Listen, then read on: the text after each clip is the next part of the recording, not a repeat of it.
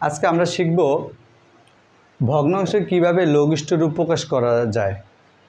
লঘিষ্ঠ রূপ, নিচের ভগ্নাংশগুলোকে লঘিষ্ঠ ভগ্নাংশে প্রকাশ করো। এখন আগে তোমাদের জানতে হবে লঘিষ্ঠ রূপটা কি।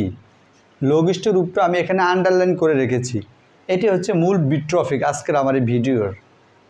লঘিষ্ঠ ভগ্নাংশ মানে কি? লঘিষ্ঠ ভগ্নাংশ হচ্ছে হর ও লবকে একই সংখ্যা দ্বারা ভাগ করা। মানে একটা ভগ্নাংশ দেয়া থাকবে, যেই ভগ্নাংশটা দেয়া থাকবে ওই ভগ্নাংশের হর ও লবকে একই সংখ্যা দ্বারা ভাগ করতে হবে। মানে হরকে যা দিয়ে ভাগ করবে, লবকে তা দিয়ে ভাগ করতে হবে।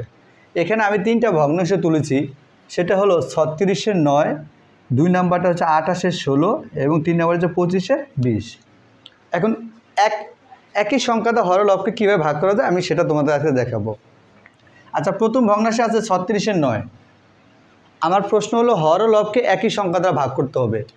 যদি আমি 9 দিয়ে ভাগ করি, 9-9-এর ভিতরে যায় একবার, 9 দিয়ে আবার 36কেও ভাগ করা যায়, তাহলে 9 36-এর মধ্যে যায় 4 বার, 4 9 36।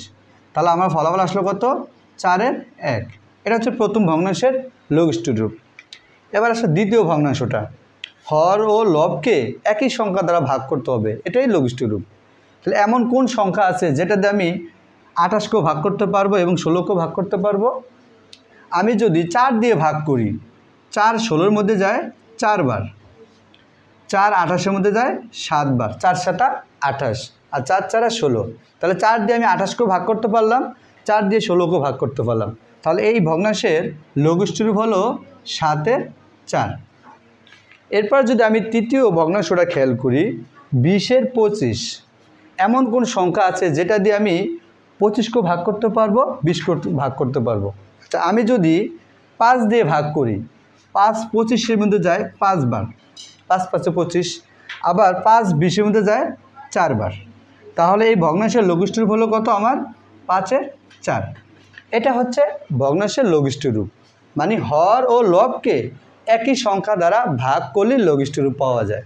আশা করি সবাই বুঝতে পেরেছ। ধন্যবাদ সবাইকে।